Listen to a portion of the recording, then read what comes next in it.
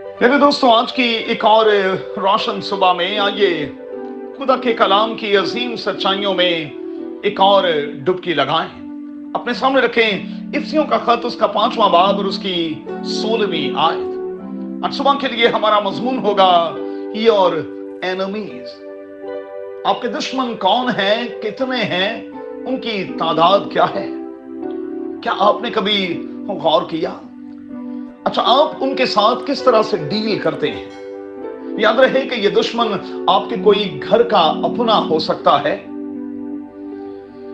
ये आपकी अपनी सुस्ती या लापरवाही हो सकती है, ये किसी भी तरह का डर या खौफ हो सकता है, ये कोई दोस्त हो सकता है जो आपका वक्त जाया करता रहता है, आपको पीछे धकेलता रहता है, आगे बढ़ने में रुकावटें खड़ी करता है और आपको कामयाब होता हुआ देख नहीं सकता। मेहरबानी से ऐसे लोगों की लिस्ट बना छोड़ें ताकि मजीद नुकसान से बच सकें। ये पैगाम असल में एहसास दिलाने के लिए है कि कुछ ऐसी चीजें हैं जो जाया होती जाती हैं और हम उन पर तवज्जो नहीं देते और बाद में पछतावा रह जाता है।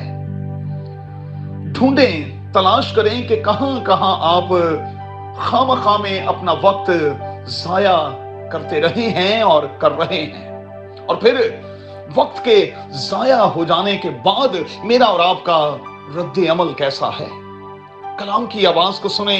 खरूज की किताब, उसका 22वां बाब और फिर 23वां बाब और उसकी 22वीं आयत।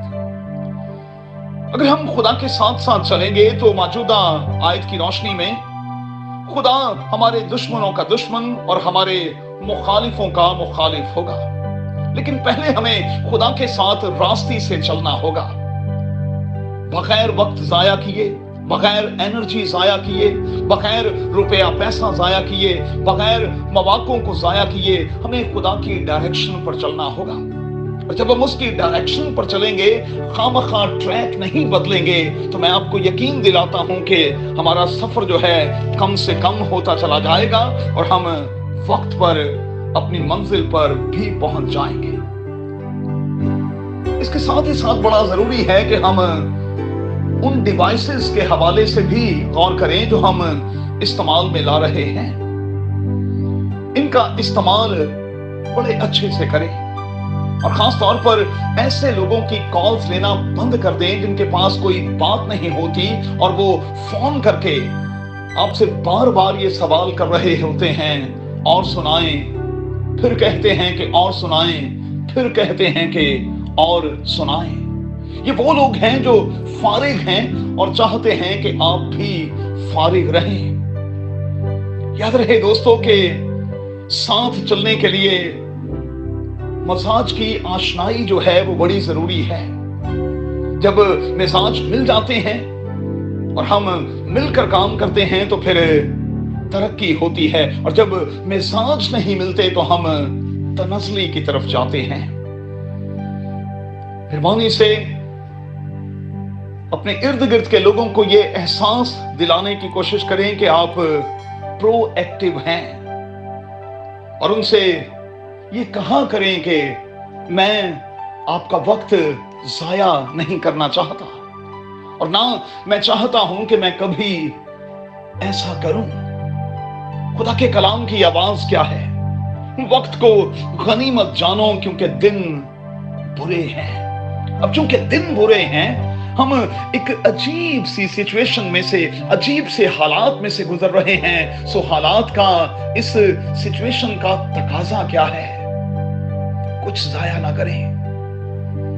जो हो चुका वही बहुत है।